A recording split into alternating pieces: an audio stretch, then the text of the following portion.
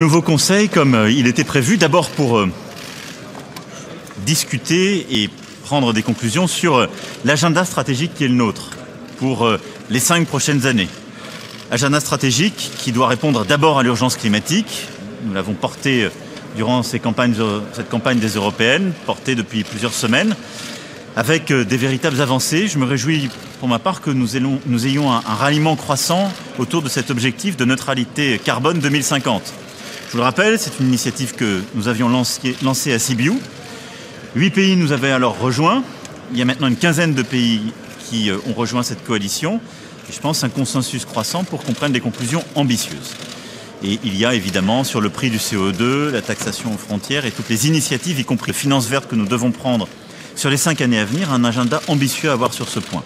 Ensuite, en matière de défense, de sécurité, d'immigration, au fond de souveraineté et de protection de l'Europe et des Européens. Nous avons un agenda important aussi qui sera acté pour les 5 prochaines années et dont nous aurons à débattre stratégiquement avec les nouveaux responsables. Et puis, la construction du modèle économique et social européen, les investissements à faire en matière d'intelligence artificielle, de renouvelables, la construction d'une Europe plus adaptée sur le plan de sa politique de concurrence comme sa politique industrielle, et une Europe aussi qui porte un modèle social. Nous avons beaucoup défendu, comme vous le savez, l'idée d'un salaire minimum dans chaque pays d'Europe, mais en tout cas d'une convergence sociale rendue indispensable. Cet agenda stratégique, c'est pour moi la clé et nous aurons à en discuter. Il y aura aussi une discussion et des conclusions sur les relations extérieures. Et nous aurons demain un moment aussi important avec un sommet de la zone euro qui viendra constater les progrès qui ont été faits sur la base de nos demandes, mais également tout ce qui reste à faire, car je ne considère pas qu'aujourd'hui, à la zone euro, nous soyons arrivés à un point satisfaisant et que nous ayons obtenu toutes les clarifications nécessaires pour avancer efficacement et là aussi renforcer la souveraineté de l'euro, une plus grande convergence de la zone euro, au fond, une monnaie plus forte pour une Europe plus solidaire. Donc la discussion de demain est importante. Bien entendu, nous aurons aussi à évoquer le sujet des nominations. Comme je l'ai toujours dit, elles doivent découler de cette discussion stratégique. Et donc, les différents responsables que nous devons ou proposer ou nommer, selon les compétences qui sont les nôtres en vertu des traités, eh bien, elles doivent se faire à la lumière de cette discussion stratégique et des équilibres politiques. C'est la discussion que nous aurons ce soir.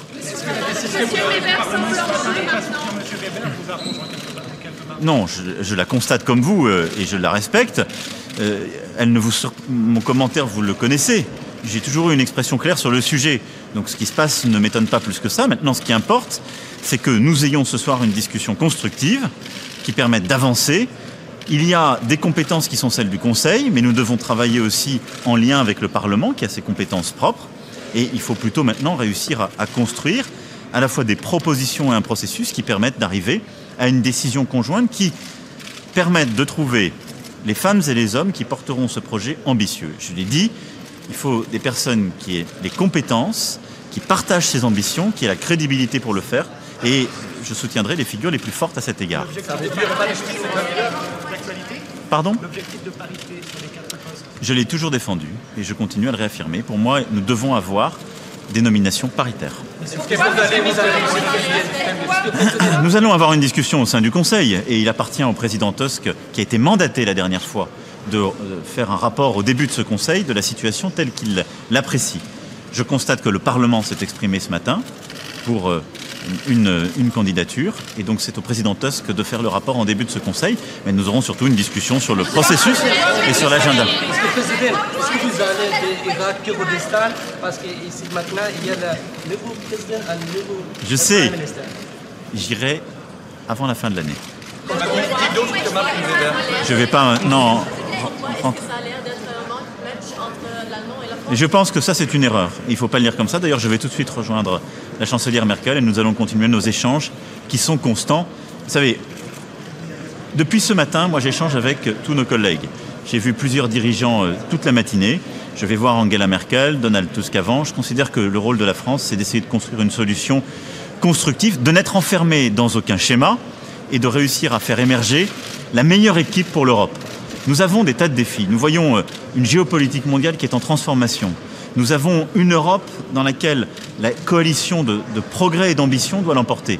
Il faut les figures les personnes qui permettront de porter ce projet.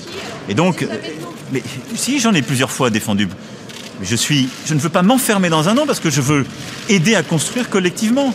Et c'est aussi pour ça que je ne me suis pas enfermé dans des processus que je pensais inadaptés. Merci beaucoup.